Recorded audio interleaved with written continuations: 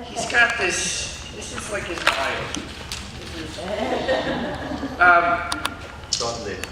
So I have to read it because I can't remember all. He knows all of it. An internet pioneer since 1993. Where's internet? 1993. Colin and his partners have built several internet companies, including Two Cows, Internet Direct Canada, Hostopia, and he was the head geek at Geeks for Less. Colin's companies have won several awards, including Profit Magazine for 3 years, including #1 fastest growing company. Pretty good. But in Canada, right? So that's like an asterisk. Let's see. You have served as director of the Canadian Association of Internet Providers and Canadian Internet Registration Authority. That's .ca. .ca. .ca. Yep. Okay. Something here in the States. He's writing a book in his free time. This is going to go on and on. Exactly. So I'm gonna hand the mic over to you. I'll be back up for Q&A. Colin Campbell. All right, thank you.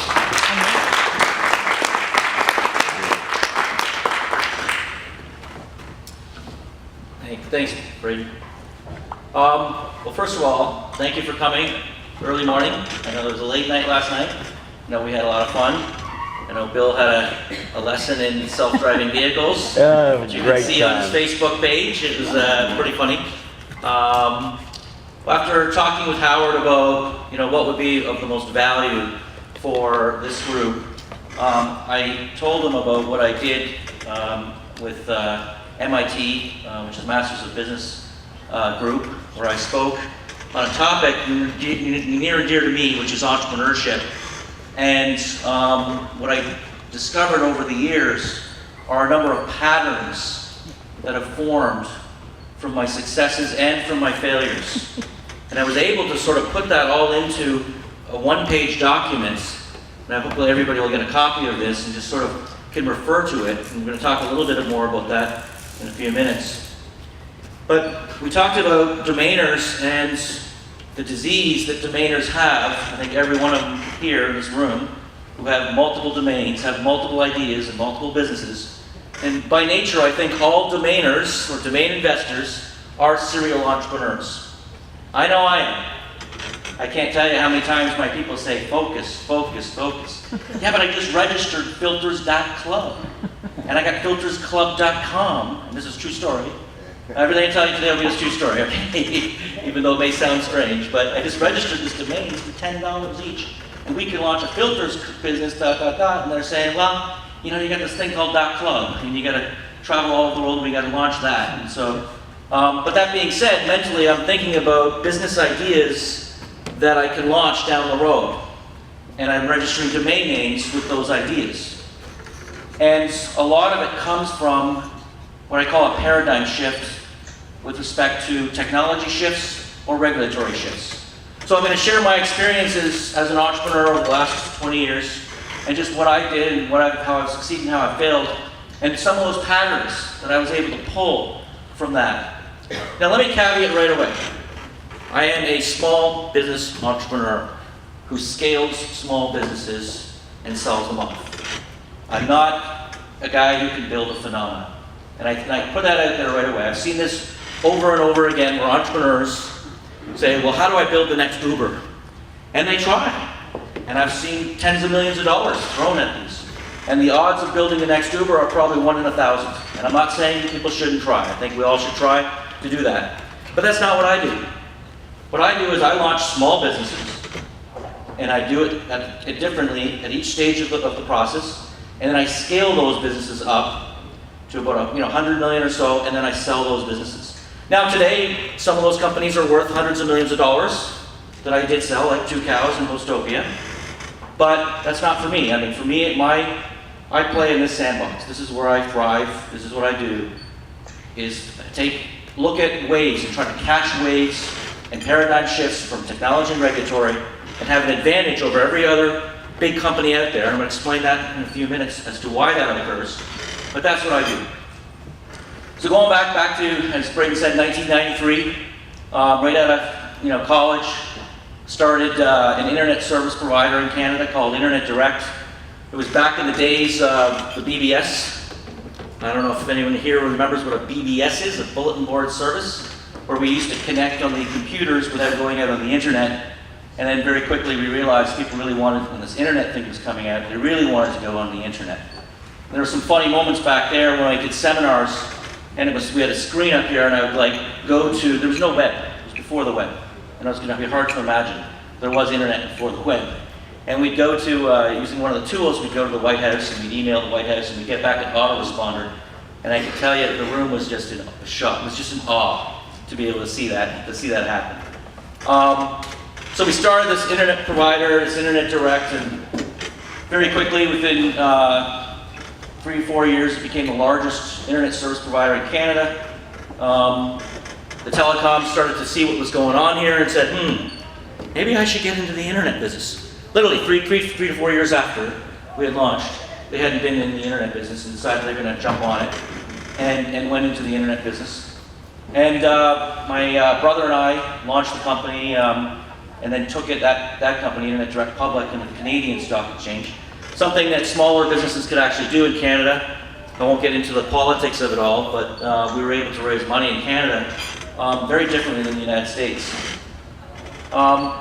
So we took it public. The stock went to about $180 million in value, and then we merged that company with a cable company and called Look Communications. And then we took that company and applied for the government license for all internet across Canada wireless. And we won 50% of that license, and the stock went to $1.5 billion. It was unbelievable. I'm a very young person, riding the high, I owned about 13% of that company, and one day they announced the breakup of Microsoft. I was not CEO of this company anymore after I merged it with them. I was the divisional vice president. I was really sitting in the back seat of the car, like a self-driving car, and I had no control whatsoever. We had a lot of arguments, a lot of fights. The shares were $19 a share, and then within 18 months they were trading at 6 cents a share. And I, unfortunately, when I did the transaction, locked myself up, and so lost all the value from that company. And many of my employees and others lost a lot of value as well. And I'm sharing that experience, and in fact I get into a little more detail from Lessons from the Edge, which is a session that was done at the Startup Saturday, and there's a video on that that'll be available on the site, on the show site, which where George speaks to as well. And we can sometimes, I bring that up because I think we really can learn from our failures as well. And I was fortunate enough as we launched a company called Two Cows. It's actually called UCows, the ultimate collection of Winstock software. Not a very popular name, so we added the T and made it an acronym called Two Cows. And we had Two Cows, and we featured with software download sites. And we were downloading software. Instead of getting software on a diskette, I don't know if anybody remembers doing that, and inserting it into their computer, you could actually go on the internet and download free shareware. And that's how we started that company. It was zero revenue when we started it. And then we launched domain names, a company called Domain Direct in hosting, and we were able to get that company up to $5 million in revenue. And in 1998, Benny Steinmetz, a billionaire from Israel, flew in and did the deal with us. Thank goodness this one was all cash, and we were able to sell that company for about $30 million and 10% of the company. And today, I think it's about $300 million. Again, just showing the different levels. After the collapse of Internet Direct, and it was probably one of the biggest, collapses of the company. I mean, nothing like 3X, the gold one, but it was obviously very difficult for me to continue. I'm like mentally not there, but I really did want to focus on my passion, and that was building internet companies. And so we decided to build a wholesale platform for telecoms called Hostopia for email and hosting. And today, Hostopia is the largest wholesale platform for small business and companies like AT&T. Most telecoms use Hostopia for their back end for the web hosting and email services. We took that company public, again, Canadian Exchange, in 2006. and we were able to raise $30 million. Again, something, even though it was a US company, we had to file an S1, it was something that you can do in Canada, and I think it's valuable. Whereas in the United States, you really do at that stage have to rely on venture capital, which tends to be a lot more restrictive on its clauses, and a lot less favorable for the entrepreneur. But in Canada, we were able to raise $30 million and take the company public.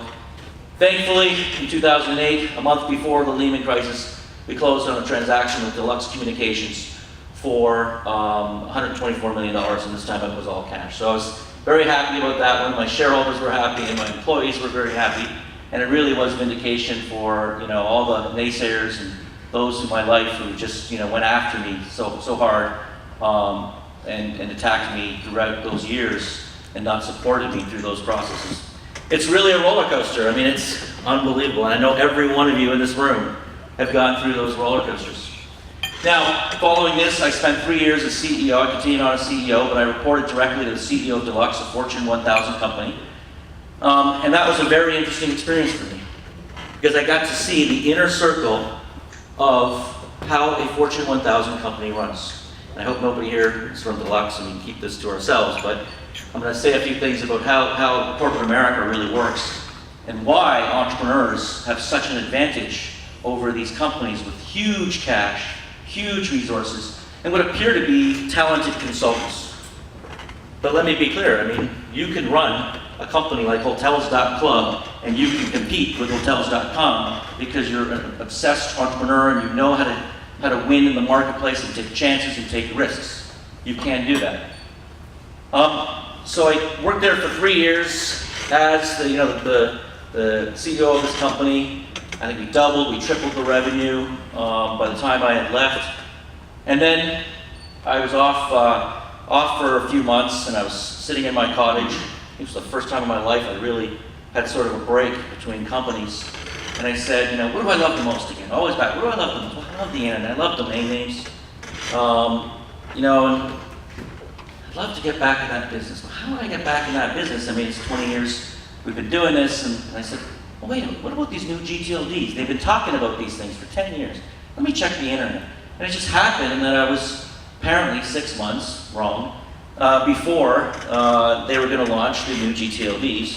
And I came up with the idea of doing a TLD called .club. Now, it's interesting because while I was at the large company, I'd done a study. I commissioned Roger Collins, if you remember him from Afternic, who were good friends of mine, and we did a study of all the new GTLDs. And we found that there were some really good ones out there, but also ones that everybody was going to go for. I mean, we really liked .web, we really liked .shop, we really liked .law, we really liked .club. There were about 10 TLDs. And I went back to Deluxe after I'd left, and as new TLDs coming out, because they have first right with my former company. I'm not going to step on their toes. I don't think I had a legal non-compete at the time, but I didn't want to, affect my business relationship with Lee Schramm, who's the CEO, and we're very good friends. And I said to him, why don't you consider launching these TLDs, the verticalized TLDs? And altogether, we were about 20, and they were phenomenal TLDs. And you know how the process went. If they had just done that, they probably would have made out with $20, $30 million of selling off their positions in these auctions. But they said, no, it's just too risky for us. Even months later when I said, well, what about .bank? You have a relationship with every bank. You write all the checks. You deliver all the checks for all the banks in America. Why would you do .bank? Which, by the way, is a commercial success right now as a TLD. So why did you do that? Well, it's just too risky. It's too risky. But you make $200 million a year in profit. What's a $185,000 application fee? Well, too risky, we'll go buy this company for whatever. I can't tell you, I could go on and on about all the stories of corporate America, but fundamentally, the reason why small business entrepreneurs, and I think domain investors and domainers have an opportunity to, is that they can sense the wave, and they take the risk, and they sense the wave, they catch the wave before the big companies do. Big companies follow. The entrepreneurs are not running the big companies. They're being run by yes people who move up the system. And those entrepreneurs, when I was there, who, companies we bought or whatever, who did move up the system, made mistakes. And ultimately, they got fired for those. Now, in corporate America, don't want to take a risk. I'll just hire a consultant. He'll make the mistakes. I'll fire the consultant, blame it on him, and I'll do that over and over again. And this becomes a continuous path, and you begin to lose people like myself who did not want to stay in this environment. Honestly, for me, working at a company, I was getting a big salary. I had 600 employees underneath me, and had big ego. I call this like living in the Matrix. And I don't know if everybody's seen that scene in the Matrix when he goes back into the Matrix and he tastes the steak and he says, I don't care if it's fake. It just, for me, it tastes too good. I don't want to go back. And for a lot of entrepreneurs, I think we sometimes get stuck in that, but it really it sucks your soul. It was really affecting me, my life, and I had committed to do 3 years. The day my commitment ended, I left the company. Entrepreneurs, domainers see the waves, they catch the waves, and they're able to register domain names or launch businesses. Now for me, I don't think of it in terms of domain names registrations, although I do.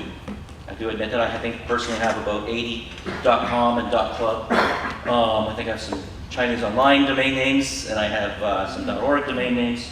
I do try to think of those trends and those things coming up and register them. But I'm personally interested in launching those companies maybe one day in the future. So I don't consider myself a professional domain name investor. So it's those patterns that I began to determine for each one of those and the paradigm shifts. So stepping back, what was the paradigm shift that made me successful at Internet Direct to get us to $1 billion? And that was dial-up internet. It was just the beginning of the internet and the web, the World Wide Web, and how it started. What was the paradigm shift for 2 Cows? And that was, I said earlier, it was going from diskette to downloading software, right? What was the paradigm shift for Hostopia? And that was an interesting one. For us, it was broadband. It was broadband internet. If you remember 2000, all the fiber being installed, and broadband was becoming ubiquitous throughout North America and the world. And for us, that was the paradigm shift or the technology shift. But we launched something called software as a service. And software as a service was what we call today the cloud computing. And then it was originally called ASP, Application Service Provider, and Software as a Service Provider. They keep changing the name, but we launched that in 2000. And we went, what Jeffrey Moore, a great technology author, and if you're interested in technology adoption curves, I tell you, there's no better book than Crossing the Chasm and Inside the Tornado. And we went into a classic chasm. And the chasm was that the technology wasn't there yet, but we had launched it. I don't know if you remember the old Apple tablet. The technology wasn't there, but they launched it and it failed. They went down into the chasm, and the vast majority of new technology companies fall into that chasm. But a few make it out of that chasm. In our case, we were running all the hosting environment online, and you didn't have to download a piece of software to set up or build a website. But there was a time when Java changed they changed the code so that everything that worked before didn't work, and on the new version, everything forward would be, and I don't know if you remember that, and it was like, how could they do that? Imagine every website, you have 20, 50,000 websites, 100,000, I don't know how much we had at the time, and they all stopped working. They couldn't change their website until they upgraded to the new Java. It was just an absolute nightmare. And so we saw these other companies grow much faster than us that were downloading the software and whatnot. But we said, stick with it, stick with it, stick with it, and we stuck with it. And eventually cloud today is like ubiquitous. You wouldn't do it any other way. There's no way you'd be running your own software on your computer and even accounting, everything. Again, that's a whole paradigm shift in the way that the world operates. So what was the shift with .club? It was a regulatory shift. They went from, we have .com, we have .net, we have .org, we have a few others, .tv. But you know what? We're going to open up the world. We're going to make this open for everyone. And that was an opportunity for me to come in there and seize the opportunity. And for the big company like Deluxe, who had a study, who had people like me advising them for free, said, it's too risky. We don't understand it.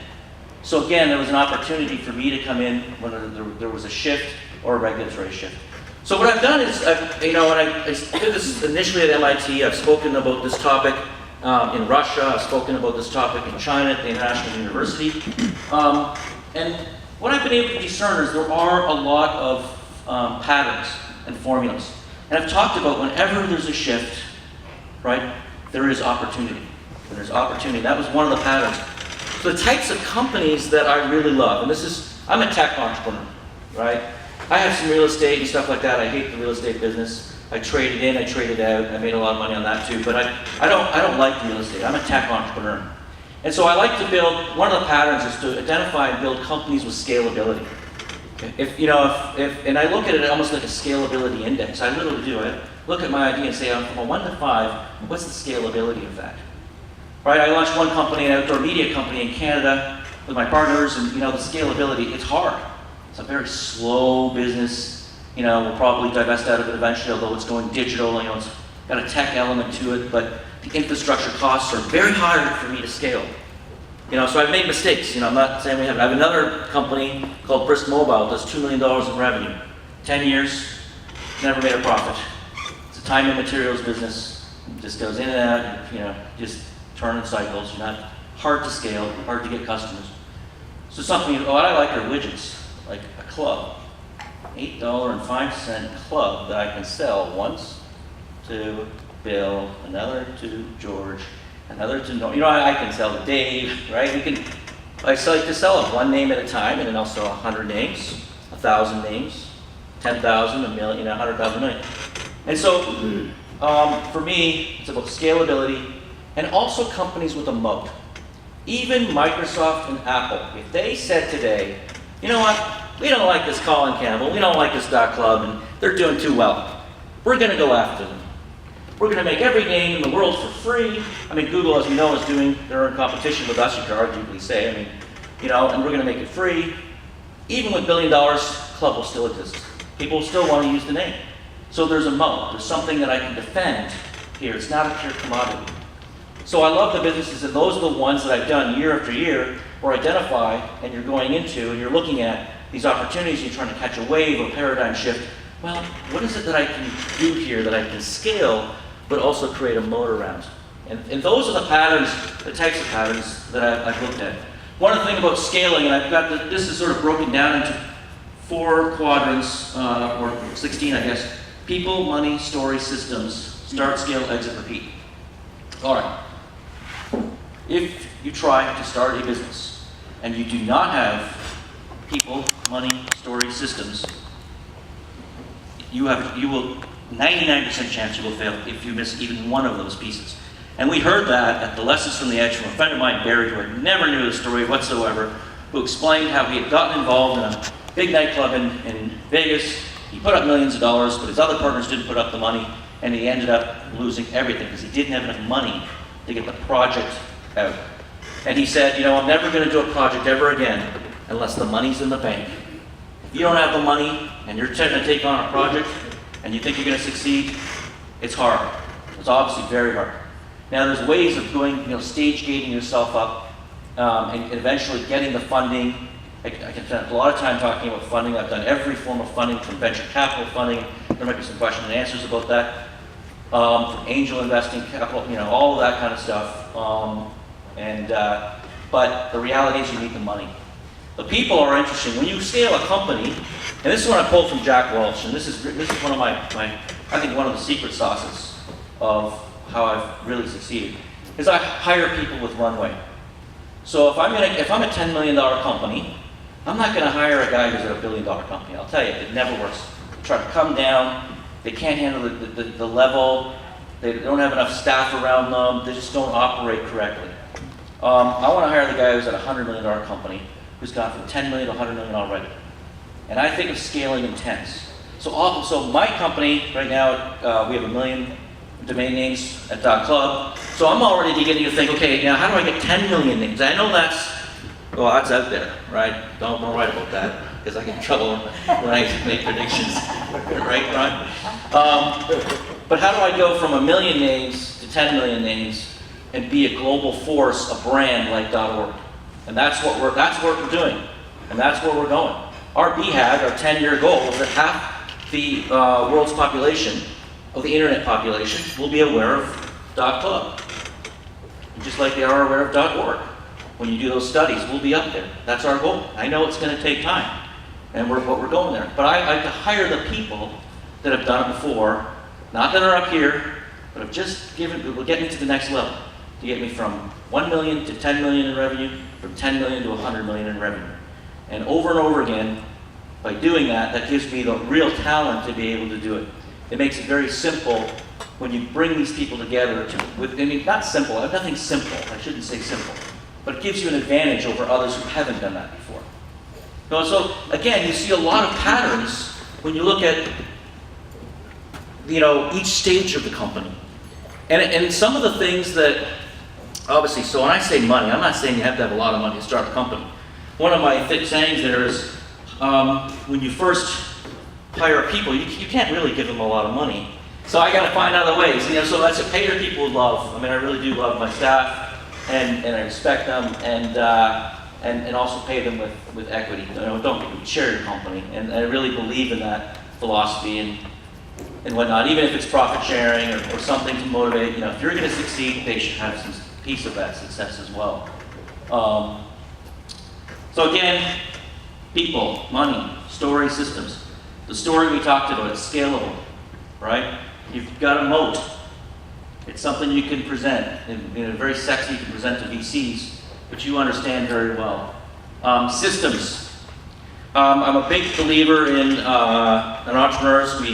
We're all over the map sometimes, but trying to create a framework of how we operate efficiently, not bureaucratically like we did at Deluxe, or the larger companies, but efficiently. I have a CEO coach. I've had a CEO coach for 10 years, right? Because I don't know everything. And by the way, he creates more accountability than I do with my staff. I think I love my staff too much. I might be a little passive, but he says, no, what are your goals? What's your red, yellow, green? So we red, yellow, green every action that we need to do every quarter. We set those actions up. Jonathan has his top 5 priorities, and they're specific and they're measurable. And every week we go over those, and he red, yellow, and greens them. And if he's fallen into a yellow or a red, then what can I do to help you? What can I help you do to help you succeed? So as entrepreneurs, we like to go off the cuff, we like to do things, but there are systems out there. One of the ones that I've really adopted is the Rockefeller Habits by Vern Harnish. And I don't know if anybody here has heard of the Rockefeller Habits, but it creates a very nice framework. And I also add on Rhythm Systems, which is the red, yellow, green. It's a company that works with high growth companies, and I really believe bringing in systems can help you scale the company much quicker. Exiting and repeating. I think I explained what not to do for my earlier story, which is sell your company for all stock and not actually get any return and get locked up. So I have a new mantra on that, which is liquidity or control. And I don't care if somebody's got the best, I don't know how many times you've all had this problem. People come to your company, you're succeeding, and they say, oh, I want to do this, I want to do that, I'll do an offshore company, I'll do this, we'll make this, No. I want liquidity or control. And liquidity doesn't mean I'm going to merge with some small penny stock from a share that doesn't have the volume I can ever sell off. Liquidity means I'm getting Apple stock, I'm getting a real fully traded stock, or I'm getting cash. And I said that's just my shtick, and I may make a lot less money. And it makes it interesting because we do think there'll be consolidation in the space, right? But I'll tell you, there's no way I'm going to consolidate it to other TLDs without having control or liquidity, right? So it's interesting to think about when you exit, because I spent 10 years of my life, my staff spent 10 years of my life, and I screwed up the exit. And how many times entrepreneurs do this is amazing. All the energy and effort to go into that, and then they screw up the exit, or they don't maximize the value on exit. The number one type of company to sell to is a strategic buyer. If you can find a strategic buyer, you know what Deluxe did? Because I was on the other side now, when I was at Deluxe with all the staff and the consultants and the accountants, is we would go to a company and we would look at that company and say, okay, they got 10 million in revenue. But if we leverage them against our network of assets, we now have 20 million of revenue. So therefore, we're going to pay them based on the $20 million mark. Now, that's not always 100% like that, but a strategic buyer will look at how they can leverage their business to make the overall business bigger and give you a much higher multiple. When we sold Hostopia to Deluxe, we sold it at 17 times EBITDA. Now try to sell a small business for 17 times EBITDA. It's not going to happen, right? But they were a strategic buyer. They're outside the industry. They want to come in. and they want to do a deal. Now your second, if you can't do a strategic buyer, the second best buyer when you sell your company is your competitor. Because they can get economies of scale, they'll do something similar to what I just said. So let's say if, .club, we want to sell one day, and VeriSign, I don't know if you guys are here, but you want to buy us, you can talk to me afterwards. They're going to look at us and say, okay, I don't need this guy, I don't need his operations, I got legal already, just roll it in, I'm going to have, so I'll pay them X. Because they're looking at what's their arbitrage. They trade at 20 times in the market, they'll buy us for 15 times or 12, 13 times on the market based on a consolidated view. So competitor's not the worst. It's not, I'm not saying if you're going to go that way, go that. Now the worst people to sell your company to, in my opinion, are private equity. And I would get a call. I'm getting them now. Once a month I get a call now from private equity, and they want to buy .club. They love this cash flow thing. They love it. They love to borrow at 5, 6, 7% and make 15, 20%. They'll even borrow at 10% and make 13%, and they'll leverage the company up, and your employees will be, I call them walking dead, and they're just going to be working to pay interest, it just sucks the energy out of it. The valuation they're obviously looking at is strictly what's your current cash flow. So I've not had a lot of success selling to the private equity or dealing with private equity. Every time I've talked to them, it's always looking at cash and no strategic value. You're not getting any lifts. So think about when you're exiting your company as well. Just think about the process of how you do that. And I think probably with domain names, you could all make similar parallels. If it's strategic, if you're just going to sell your domain name to another domain investor, you aren't going to make a lot of money on that. Right? They're buying wholesale. But if you can sell hotels.club to hotels.com and it's strategic, they're looking at paying millions, even if you don't have revenue. You know what I'm saying? That could be very big for them. Right? So you can see how a strategic buyer, even with domain names, can actually give you a much bigger lift. And then repeating the process over and over again. And there's a whole, I have a lot of theories and things like that. One of them is I track my A players. I track my A players. There's one right now I'm close to getting. And he worked for this company, my former companies, for many, many years, 10, 15 years. And he's close to, he's moving to another company. So I'm tracking him on. I don't like to take employees from my companies that I sell. I think that's wrong. I think that's ethically wrong. Right? I made a commitment to that company. I sold that company. I don't like to do that. But what I will do is when they leave and they go somewhere else, I'm tracking them on LinkedIn. I'm tracking them. I'm watching them. And I'm very close to getting a very good employee to come on through this process. And I'm telling you, how many A players do we see? How many times do we see somebody who's phenomenal? You want to let that person go? No. Why would they work for you though? They're making $300 grand at this company. Why would they work for you? Because they want to step out of the matrix, right? They want to get out of the matrix and they want to make millions with you, and they know it's going to be a sacrifice, but they've seen you succeed before. So again, track those A players. Never, always have that communication going. And I think there's many other systems and models that I've got here, and I'd be happy to answer any questions you have about this. And about .club, or about entrepreneurship, about raising money, anything you want. So I think we could go to Q&A if you're interested in doing so now. All right.